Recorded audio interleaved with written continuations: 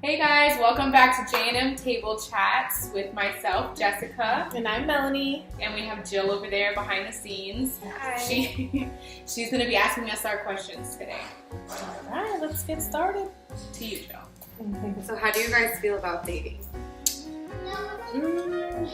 How do we feel about dating? Well, I would say currently I'm not opposed to it. When I first became single, I was just a little skeptical jumping into something after getting out of such a long-term relationship. But I would say now I'm at the point and stage in my life where I'm ready to actually get into a serious relationship and get into something more committed and long-term because I'm not at the point where I want to be bouncing from person to person. Okay, so how is it for you going from dating, and I'll share as well, going from the pain and everything, like the issues that you got from your last relationship because you had a kid and you have a kid with somebody, like that's a whole new level to a relationship. Yeah. Like, how is the process of getting to this point where you're ready to date and actually start somebody off with a clean slate of trust because they shouldn't have to pay for their mistakes? I feel like it's honestly been a process because I have dated since obviously I've broken up with my son's father, and it's been challenging because we've had so many different issues that happen, and I have so many trust issues where of course I'm going to pawn it on to the next guy because I don't know any better. So it's just a matter of, I feel like I've already kind of went out through the weeding out process, and I wouldn't say it was a rebound, but it was that type where it was like that cleanse from going from long term to dating someone to seeing okay, yeah, maybe I not used you, but it was a thing that helped me get over my son's father. And now I'm to the point that I've been single for a couple of years and I am ready because of the fact I know where I want to go in my life. I'm already on that path. My son is 6, so he's at the stage where I can go out and leave him with someone and actually have 2 separate worlds before combining the world. So it gives me a lot more freedom now than it did 3 years ago when he was smaller. So this timing, I guess. I feel like dating as a single parent is definitely a lot harder. Oh, yeah. Because now you have to work, your kid's schedule. You have to still be a mom full time and still do everything you have to do at the house, and then find time to squeeze a whole dating life into that. That's a lot of work. I agree. Especially if the other person has kids, because then you got to coordinate with their kid's schedule and your kid's schedule, because now, let's be realistic, we're 20, I'm going to be 28 this year. Yeah. So guys my age or older than my age most likely have some sort of baggage. I can't expect to have my own baggage and then be no, I don't want them to have anything. That's not fair. Yeah. But dating is fun. I think it's after going from a serious relationship and even being married and the whole shebang, it's nice to get out there and find yourself, finding yourself during the process of dating. Yeah, I think you literally took the words out of my mouth. That's what I feel like. I feel like I've become more aware of who I am and what it is that I want versus when I was 18 and dating and I didn't think we were kids at that time. And it's just oh my god, I'm so in love. And then now when I look back, I'm that was not love. It was infatuation. It was nothing near love or comparison of. And it's just wow, my views from then to now are completely opposite, where I was I would never date the same type of person that I dated. Now I'm just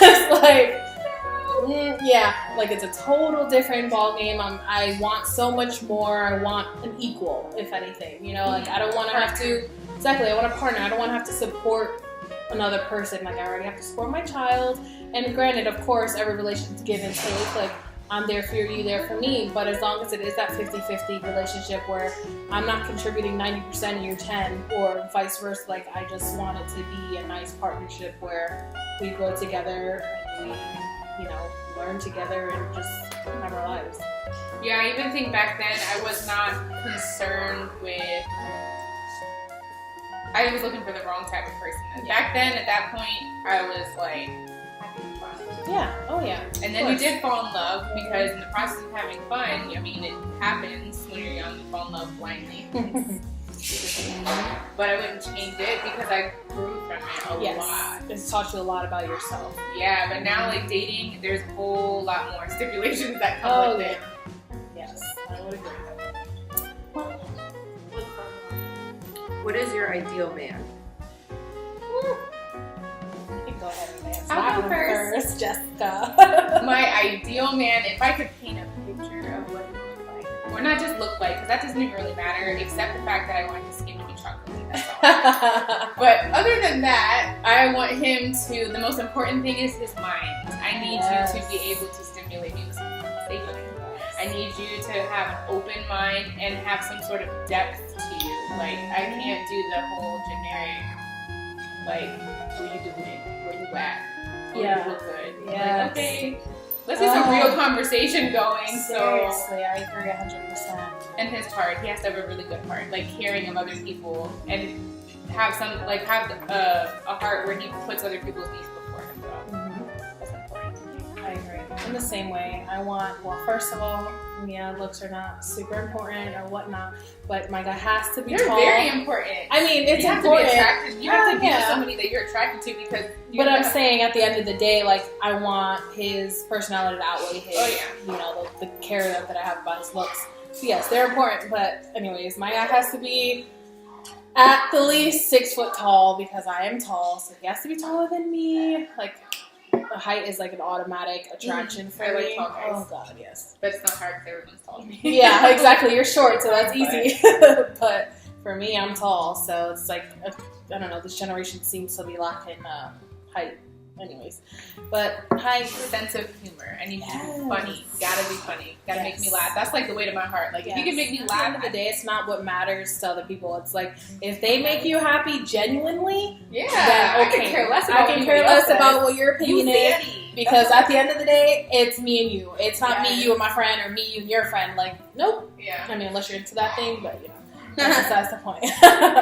But so for me, he has to be like a goal-driven man because I don't want to be after my dreams and my aspirations and everything that I want to achieve, and you're just sitting there being comfortable in your lifestyle. Yeah. Like, I want him to be someone that we can have the same goals and continue to grow together as a unit.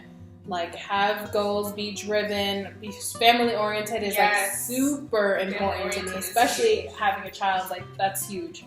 So it has to be family oriented, can converse well, and of course, like, have that spark when it comes to conversation and talk about intellectual things. And I don't want to feel like I have to dumb myself down to talk to you. Like, that is the biggest turn off. And if you can't understand me, then it's already just like, no.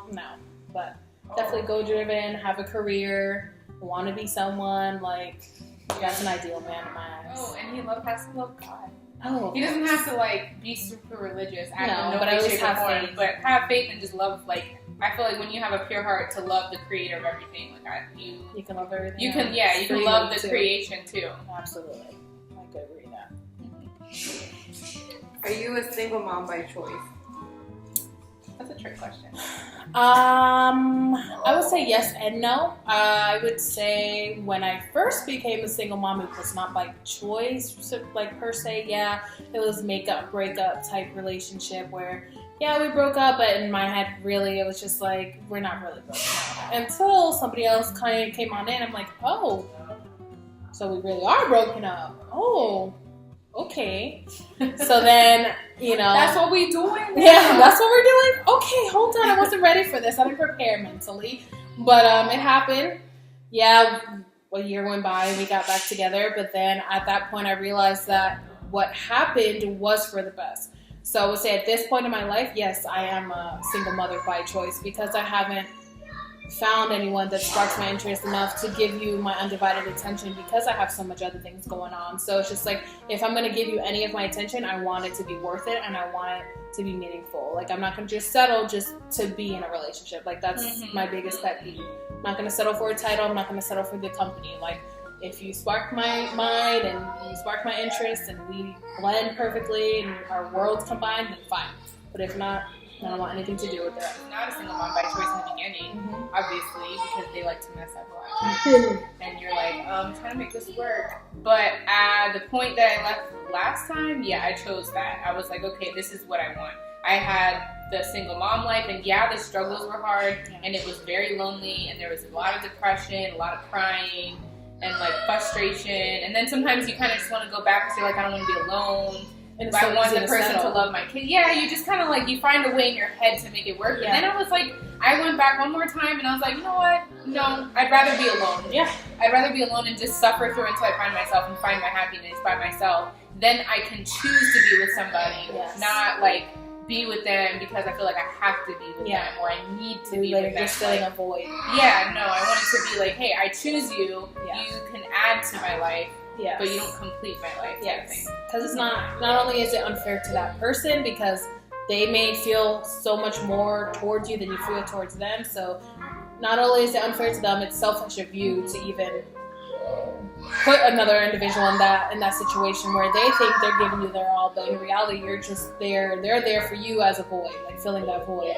So I feel like if you're not ready, then you're right. You're better off alone. And that's where I've been for the last couple of years because it's just like. No, I refuse to settle. Rather be a single mom than a miserable family. Absolutely. Oh, yeah. Did you ever think you would get a divorce? Well, that's only to me. That's for you, because I've never been married. Did I ever think that my family would separate? No, because in a perfect world, it's always going to work out with the guy that you have a child with. But in the real world, that's not always the case. Luckily, I didn't, take that step into marriage and have to go through a divorce. But, yeah. Honestly, yeah. That's terrible. It is. But it's the truth. I was willing to take the chance. I knew marrying him that it probably would be divorced, but, I took the chance to try it at least so that I didn't have a regret. At least I can say, like, I got married. I know it sounds stupid. I also am the crazy one who got his name tattooed on the bottom left side of my butt cheek. And I sure enough got it covered.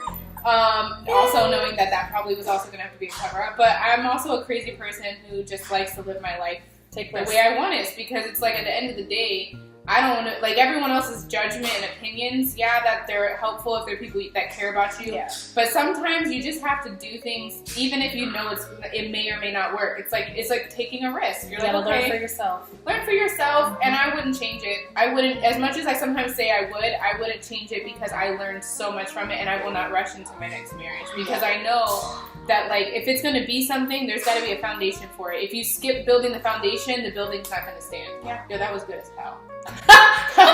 It's true though. If the house doesn't have a foundation and a hurricane comes, what's going to happen to the house? Absolutely. So it's like whatever. Anyways, I won't rush my next marriage, but yeah, that's that moral of the story. Who makes up your support system? For me, my support system is made up of, I would say, my immediate family.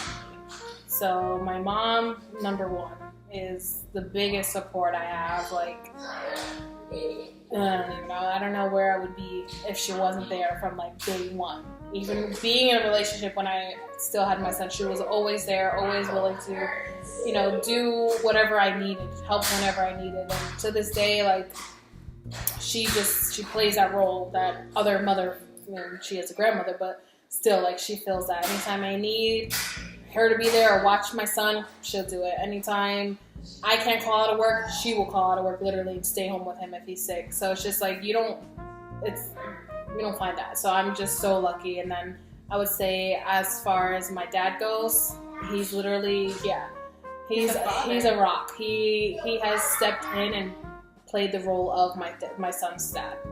Like, he has his father, he sees him, he spends time with him, whatever, but from a day-to-day basis, it's my dad who's there. It's my dad who plays with him, my dad who has that father figure, that structure. And honestly, if you were to even sit down with my son, he looks to my dad as, his father. Like, yes, he has his dad, but he idolizes my dad. And I am so blessed to have that bond. So with them two, and then my sister, always either financially supporting him when I can't, or just even taking care of him as well whenever she's in town. Like, it's just a huge help. So my immediate family, above anything, is my biggest support system. My support system is my friends, actually, more than anything. Not to be emotional, but Jill is like number one. She's literally like Dominic's second mom. Yeah. Like she picks, she's his second mom. That's all there is to it. My cousin has helped me a lot too. My little cousin Talisa, even when she was 18 and Dominic was like a baby and I had to work or anything like that, I mean, she stepped up many of times and she'd drive 45 minutes to an hour if she had to help me. Not so much that I have parents that are there, but that is okay because everyone's story is different. Yeah. So I mean, that's the beautiful thing about being a single parent is like there's no excuse because like I could be the person like, oh, well, I don't have a mom, so I have to just live off of welfare. And no, like no, you have to step up. You have the baby, so step up and be a parent. But I can say that my friends are my support system, and there's not very many of them, but there's a small handful. But that's all I need. Yeah. That's what I'm saying. Like you said, everybody's story is different. I luckily have my parents that are still married. They've been married for 25 years, so I can fall back on them if I need to. And they're there without any question or anything like that. So I'm thankful for that. But yeah, everybody's in a different situation. There is moms that don't have anyone at all. So their support system is maybe a random coworker. Or, you know, it's so many different walks of life that everybody has their own story, and it's no judgment, but you have to find that support. Like you can't, like as much as you want to do it alone, you need, even if it's people. Not for you to watch my kid, but maybe I just need to vent about the situations that are going on in my life. Like you be there to support me. Exactly. Like, there's so many different times of support. Yeah. There's been times where, I mean, Jill, well, how late was it that one night that I called you and I was like, Jill, I have to come over because the school incident. Yeah. I was like, it was past midnight. He was sleeping. My roommate was home, but I couldn't even talk to her about it. I need to talk to a mother, someone that understands and loves my kid. Like I love my kid, and I'm like, you need that. Yeah. You need someone that you can. And then literally the phrase "it takes a village to raise a kid" is so true. Oh, absolutely. It takes more than 5, 10 people. Yeah, you're the mom. Sure, you do the most work, but there's so many like different like. There's times that Adrian won't listen to me when I tell him something, but my sister will tell him, and it's different. It's just like there's so many different structures in a child's life that they go to this person for one thing, or this person for another. They go to mommy for, you know, the love and the support, and I feel sick and that comfort. But I feel like you said, there's so many people involved in one child's life that it's unreal, and you don't realize it until you sit down and you're like, man. Like, you know, XYZ's been there for even this. The teachers, the school teachers help raise your kids. They spend more time with them than we honestly do. Yeah, we spend the weekends with them and after hours, but they're there Monday through Friday for, 8 hours or 7 hours, whatever it is a day. Yeah. And then plus aftercare. You have to leave them there for an extended day. That's my son. Yep. Yeah. It's crazy. It is. Support systems are life. Yes. Absolutely. They're life. You go crazy. I'd be bald right now. 100% gray if I didn't have oh my god, I would probably be in a corner crying. Like if I didn't have the support that I do. So yes, girl, yes. How do you handle stress and pressure? Oh, well, to continue the same topic, I'm just kidding. This is how we do it. All right. We have girls' days and we just drink wine and get wasted. No, I'm just kidding. I mean, that happens sometimes, but not usually. But no, I feel like we'll do a mom's night out while and out. How interested would you guys be to follow us on our crazy mom's night out one night? We're going to do that. No kids viewing. Yes, no kids, no judgment. That's like the number one rule. But, okay, so stress, I would say, depends on the situation. If it's stress with my son, then I'll pawn it off on like venting to my mom and just have to deal with him and then just like, oh, so Adrian did this, and this. But I don't know, I feel like to me, dealing with stress when it comes to maybe confrontation with your child is walking away. Say what you gotta say, walk away, because Lord knows everything going through your head, you just want to be like, oh, patience, Jesus, kids don't get it. But I would say walk away from that situation. But when it comes to other things like stress with relationships, stress with life, stress with work, I would go to a friend and vent to them and tell them anything. Like, let's go out, I need a drink, or come over, whatever. The kids can play, we can sit on the couch and drink and watch a movie, or just BS the whole time because, just anything to get your mind off of the situation, I feel like is the best stress reliever. Yeah. Yeah, to sum it up, I mean, there's lots of little different things you do to relieve stress. But basically it boils down to like having me time. Like having me time. That's the best way to deal with it. Whatever you do in your me time, whether it's read a book, take a bath, drink a bottle of wine, whatever you gotta do to get you to take care of you so that you can take care of everyone else, and what you gotta do is get some me time. Yes, that's Even so if it's important. late at night or early in the morning, you gotta find time. That's the thing. Just don't lose sight of yourself. Because once you lose yourself and you put yourself on the back burner completely, it's like all hell's gonna break loose and there's no coming back. Yeah, I was watching, was it Jada Pinkett Smith's show? Her table talk, Table Talks. Red Table. Something like that. So I was watching hers, and she said it perfect. You can't, you have to take care of yourself and be full in order to, how did she put that? Give it. Like, okay, if I'm an empty pitcher, empty glass pitcher, I can't pour water into my kid's cup if I'm not full of water. So if I don't take care of myself and put everything I need in me so that when I do get him or he is in my care, I can give him 100% of myself. Yeah. I'm not like, oh, well, I'm stressed and I'm just not, I can't deal with you right now. Like, you can't fully be there for them if you're not taking care of yourself. Yeah, and at the same time, it's not my fault.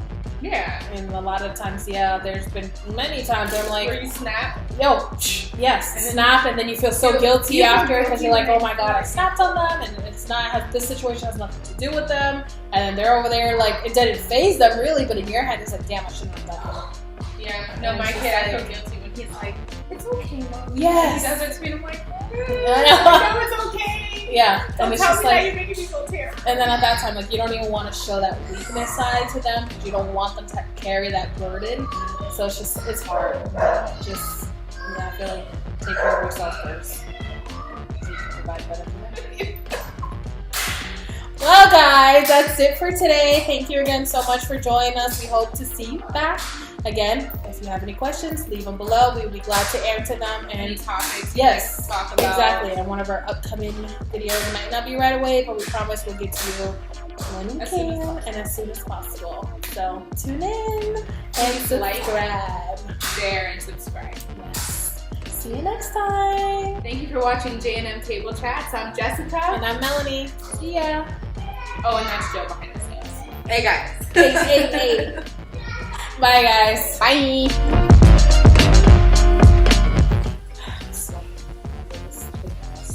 Two layers. Is it really? Yes, girl. Why is my screen coming out? Let me fix that. But I can say. Just so that you can hear it. Yeah. But no. Just that little block. Oh, that was it? Guys, that's all for today. We're wrapping it up. I'm Jessica. And I'm Melanie. We are the Single Mothers.